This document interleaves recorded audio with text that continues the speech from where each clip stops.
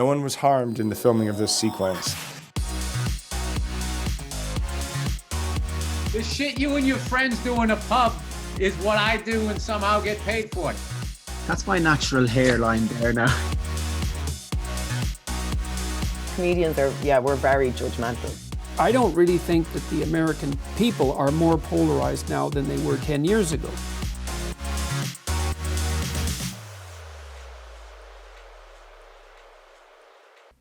Hey there, welcome along to The Delve with me, Mike Sheridan. This episode of the show is genuinely fascinating. They all are, but this one especially. My guest is Mike Rothschild, author of the book The Storm is Upon Us. Taking a deep dive into the murky world of QAnon and conspiracy theories, Mike's book is almost unrelentingly informative, but always reasoned. When you consider the escalation in the popularity of the conspiracy theory and how former President Donald Trump is now embracing it, this is important stuff to know, and I can't recommend The Storm is Upon Us enough. Don't forget to like and subscribe if you're watching on YouTube, or leave a review if you're getting the show in your earlobes right now as a podcast. Enjoy the conversation with Mike and make sure to look him up on Twitter. Mike, how are you? Doing well. How are you? Thanks so much for taking the time and for doing this. I really appreciate it, man. Oh, absolutely. I'm happy to. Thanks again for taking the time to do this. I finished the book. I finished the book about a week ago, and I know you wrote it. It came out in 2020, right? 2021. 2021, sorry. Yeah. So things have kind of escalated since then. It's I felt like, maybe it would kind of die down a little bit, maybe people would move on, but they have not moved on. It has gotten just increasingly worse all the time. So can you tell that by how often you're getting asked to appear on MSNBC and stuff? You're like, they're going to call me again. Just like, here we go again. Well, the whole thing where Trump did there was the finger pointing thing at the Trump rally, and I watch it, I'm like, oh God, this is going to eat my whole week, isn't it? Because this is just like, it's like every time I feel like the branding and kind of the iconography of QAnon starts to die down a little bit, Trump will do something like this where he'll boost something that's directly linked to kind of classic QAnon. And it kind of feels like it starts all over again. And then it'll die down a little bit. And then I'm sure it will come back again as we get even closer to the midterm election here. So how aware do you think he is of QAnon and what it is? Because I know he said before, they like me, so I like them. And we know he has an ego. I think that's it. I really believe that he is feeling very cornered right now. He's feeling like he's in some actual legal jeopardy with the FBI search in Mar-a-Lago and the whole thing in Georgia with the phone call. We were trying to get more votes from the Secretary of State. And when you are feeling like your back is against the wall, when you feel like you are in a situation where the walls are closing, and you turn to the people who have always believed in you, you turn to the people who are closest to you. And in this case, it's his fan base, and it's the Q people, because the Q people have always been there for him and they love him no matter what. So to me, it makes a lot of sense that he would go to these people because he needs to tell them, hey, I'm still here. We're still going to win. I still got your back. It's very like you're patting a dog on the head, kind of. And how significant then do you think Michael Pell, or how, like, obviously he's a significant figure, Michael, within QAnon, or he's at least making like kind of a big deal of the fact that he's the figurehead without overtly admitting it. Mike Flynn. Mike Flynn, sorry, beg your pardon. Yeah, it's okay. So Flynn is such an interesting case because he's very typical of a lot of Trump world people who have gotten caught up in QAnon, in that he has outwardly supported it. He's used the catchphrases, certainly made a lot of money off it. But when it comes time to kind of pay the piper for believing in that stuff, they'll say, oh, I don't know what that is. I don't know anything about that. I just, people just put things in front of me and I sign them. I mean, it's nonsense. But there's something with QAnon where you can both support it and claim that you don't support it. And both responses are perfectly acceptable to Q believers. When it comes to Q believers as well, you say something really interesting too in the book where you're like, these aren't all people with mental health problems. Right. So, like, there are people with mental health problems that believe in it, but these are just people that believe something that you don't believe. And that's the best way to kind of approach them. I know when you're talking about if a family member is QAnon and how to talk them around, as it were, and it's more a case of empathy and offering support than anything else. But when we started talking about the Trump stuff, but when you look at those most recent rallies and you've got these people doing the one thing and pointing up, like that does look like it's beyond the pale, right? Oh, it totally does. I've called this movement a cult because it looks like a cult. It changes the way that you think. It changes the way you perceive the world. It gives you a new language, a new family almost. And when you have a bunch of people sort of pointing to the sky and this sort of churchy music is playing, it looks like an evangelical service. I mean, it looks like worship. It looks like they are worshiping Trump. That's really hard to get through to an individual person who worships the former president in a way that America has never felt about its leaders before. We don't worship our presidents. We kick them out if we don't like what they're doing. So it's very hard to get through to people like that. But the people who are there, the people who are part of a movement like this, they're getting something out of it. They're finding something in it that they weren't getting from their life, from their religion, from their family. And the sort of the worst way to help somebody out of that is to tell them, you are an idiot for believing this. You're crazy. There must be something wrong with you. Now, maybe you do think there is something wrong with them, but you don't tell them that, because the only thing that they're going to do is go, well, there's not something wrong with me. There's something wrong with you. I'm not the crazy one. You're the crazy one. I mean, think about it. Nobody likes to be told that they're wrong. Nobody likes to be told that they're crazy and that they're wasting their time. So in that respect, Q believers are really just like the rest of us. And they're across the board too. You mentioned QAMoms. Am I saying that right? Yeah, these people that got sucked into it via yoga and wellness and like those kind of conspiracies kind of started there, and then they're end up finding themselves, these liberal women find themselves looking at and believing in some QAnon conspiracies without realizing that they are QAnon conspiracies. Right. So what happened, especially during the early days of the lockdown, was that we're all inside now. This world-changing event is going on. We don't quite understand what's going on. Our understanding of it is changing all the time. And when that happens, you start looking for the real explanation. You start looking for who is to blame. You're looking for a scapegoat. And for a lot of these kind of alternative medicine people who were really into, wellness influencers and yoga influencers and this sort of lifestyle influencers, I've got all my stuff perfectly organized and here's the face scrub I use and here's the coupon for it. Those people weren't necessarily Trump people, but they are very much into big pharma conspiracy theories, vaccine conspiracy theories, anti-Bill Gates, anti-5G internet. So when you go online and you're thinking, well, somebody is doing this to us, I think it's 5G internet, or I think it's Bill Gates. You join that Facebook group and people are starting to talk about how vaccines are bad for you. So you join that Facebook group. Then people start talking about Q and the Great Awakening, and you go, oh, Great Awakening, I like the sound of that. And so you join the QAnon group, and you've radicalized yourself into a conspiracy movement that you didn't even know existed. There's a weird in the sense that there's nobody to actually blame per se, right? Because Q doesn't have a leader. We've got, and I know Cullen Kobach from Q Into the Storm, his theories, he seemed to expose some people, but we don't actually know from people that aren't in QAnon, from our perspective per se, who to blame, because it's kind of spread, right? It's kind of groupthink. Right. And I get a lot of people asking, well, can't they, can't the FBI charge Q for making these posts? I'm like, well, it's not a crime to post anonymous crap on the internet. If it were, most of us would be in prison. So it's very frustrating because you want, like Q believers, you want somebody to blame this on, and you want there to be a conspiracy. And there's a lot of people who think, oh, it's got to be Russia, it's got to be some kind of a plot from within. And it doesn't really need any of that. Q works because it hits the buttons that we all have. The need for powerful enemies, the need for somebody to be in control, and the desire to do something about it. So with the Q posts work because they're crafted in a way that is going to have an impact particularly with American evangelicals. There doesn't need to be a plot. So when the research really pointed toward, first it was Paul Ferber, who was the South African web programmer who was profiled in Q Into the Storm. And then later on, it's almost certainly Ron Watkins, who's the former 8chan admin, who then took his kind of renown in that world and used it to reinvent himself as a election fraud influencer. I mean, never mind, a guy knows nothing about election fraud. You pretend to be something, and then people just decide that you're that thing. That's how conspiracy cults work in general.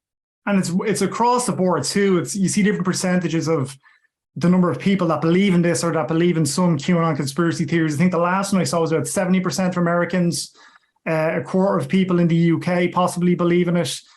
Is that just elements of it, or is that, it's a slippery slope and it's a rabbit hole and then they fall down it? It's definitely elements of it. I don't know that you will find a sort of millions and millions of people who have all read the Q drops and know all the catchphrases and all that stuff.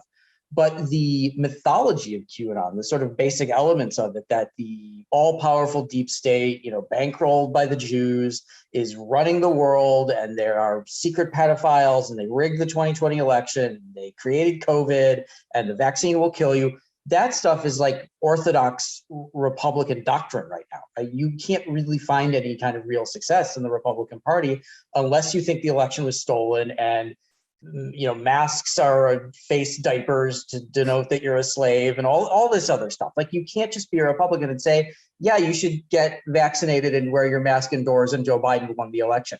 That makes you a bleeding heart liberal at this point. And there's so many of them as well. And Marjorie Taylor Greene's obviously kind of not, she's very much a figurehead, I think, for somebody who can end up in government. And there's a lot of people who possibly believe in QAnon conspiracy theories or elements of QAnon conspiracy theories, or aren't completely, as you said, distancing themselves from them in the Republican Party, running in the midterms. So there's two, possibly more that we know of in Congress now, Lauren Boebert and Marjorie Taylor Greene. And there's possibly more. Like, how worried should we be that these people are going to end up in, strong positions of power, or even more so than them?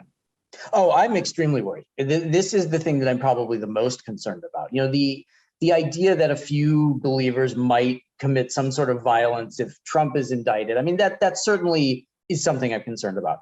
But you have a number of conspiracy believers, election deniers, Q believers who are running not just for the House and Senate, but for governor positions and Secretary of State positions. And these would be people who would potentially be certifying future elections.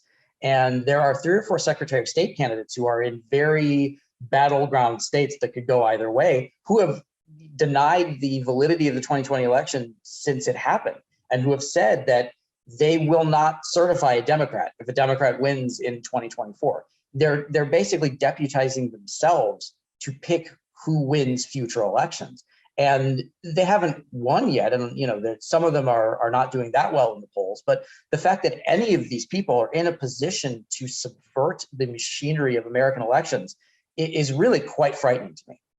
Is election denial, do you think, almost a gateway into QAnon, into that full conspiracy theory? Because these people are looking probably unlikely to win a lot of the broader elections, but they've won the primaries. A good few of them have won the primaries. Yeah, a number of them have won primaries, and some of them are running as Republicans in very heavily Democratic states and really don't have a chance of winning. But that stolen election industry is a gateway to any number of other conspiracy theories. Because when you believe that an all-powerful deep state stole the election and that we have an illegitimate president, I don't know what you won't believe. There's no gateway to entry for anything else, whether it's vaccines, whether it's, cancel culture conspiracies, classic sort of anti-Semitism. I mean, we're seeing these things find new audiences because election denial is so pervasive right now. That's something that I see kind of happening a fair bit as well. Like in Ireland, I think it's something that happens globally, in that maybe somebody said something during COVID that wasn't necessarily the thing you should say during COVID publicly. Sure. And then that's where elements of cancel culture come into it. Yeah. The one group that seems to embrace those people and that seems to say, it's okay, it's all right, is the right, and the harder and harder right. Yeah. Do you think that has something to do with it, in that, I mean, obviously I appreciate it's a broad question, but do you think that has something to do with why so many people are itching towards the right further and further? Oh, absolutely. I think this idea that sort of, progressivism is really on the march, and, they won't let you use the words you used to use and tell the jokes you used to tell. And now we have to call things by different names. And no, now a man can be a woman and a woman can be a man. You feel like your way of life is being taken away from you. And if you object to it, you're canceled. You're labeled as a class enemy, whatever it is. I think a lot of people are really drawn to that idea of sort of traditional conservatism, which of course this is not that, but they're drawn to somebody telling you, those people want to change your way of life. I want you to live your life however you want to live it, where we all get to hate the same people and oppress the people we've always oppressed. And I think for most other people, it's like, hey, we just want to have everybody have the same rights and maybe not say things that are quite so offensive anymore. Maybe just use a few words that are a little bit different than what you grew up with. It's like, get over it. Just like most people are capable of changing, just be okay with it. You will be fine. It's not the biggest deal. But for most of these people who are really drawn to these far right movements, it feels like the way you live your life is wrong and being taken away from you, and you want to strike back. And you kind of Alex Jones is a kind of globally known figure as well. And he's always been deplatformed from a lot of different social media sites and that too. But there's almost like a sense of a conspiracy theory within a conspiracy theory with Alex Jones, because that's another thing I learned from reading the book was that he disavowed Q, and he was like, Q is another deep, like Q is a conspiracy within it. How does that work? So, with Alex Jones, it's just it's such a special case because he will be the biggest fan of something that he then completely disavows the next day, and then he'll have a giant temper tantrum and be sort of weeping about it and asking for money.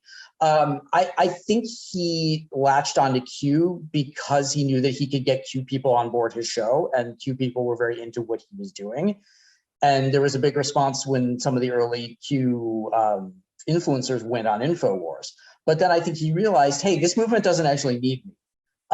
They don't need my pontificating, and they think that I'm some sort of a Israeli sleeper agent who secretly works for the deep state. So screw these people. It's like if they're going to get more popular than me, well, I'm gonna disavow them, and I'm gonna pretend like the whole thing was just another conspiracy. So Alex Jones operates in this world where the only thing he's going to do is what's best for him. And that just changes minute by minute sometimes. It was fascinating watching some of the different documentaries. Like I thought 4 Hours in the Capitol was incredible. Mm-hmm. And some really good work, I think, by a lot of the news stations on the January 6th insurrection. There's a documentary on Alex Jones too.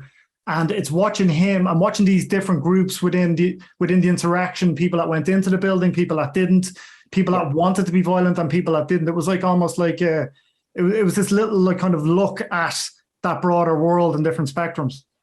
Yeah, and it's interesting because there are a lot of people who were there on January 6th who didn't go in the building and who were actually repelled by the violence of it. And that's not what they wanted. They wanted to be there to support Trump, but they didn't want to break into the Capitol. Certainly the people who broke into the Capitol had varying motivations. Some clearly were there with a purpose. You could see with the Oath Keepers, the Proud Boys, the kind of gear that they had, and the radios and the armor and that kind of stuff.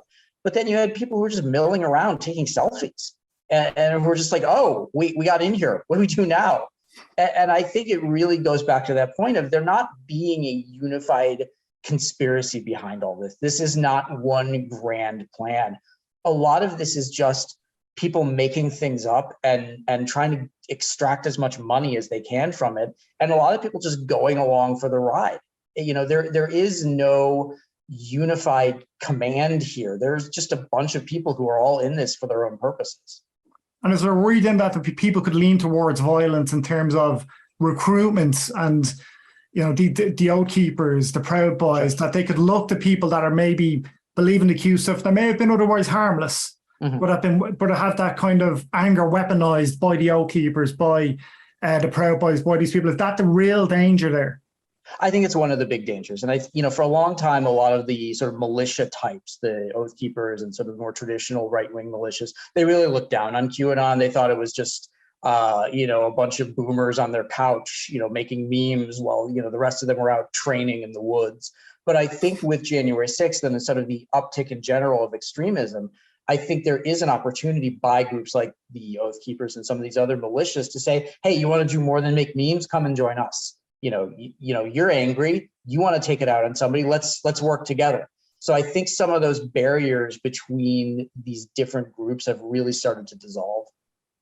And is there anybody, I know there's some, but is there people that have gone really far over into that QAnon conspiracy, into that world, and come back and had a clarity? I know Anderson Cooper did a documentary about it too and spoke to one or two people.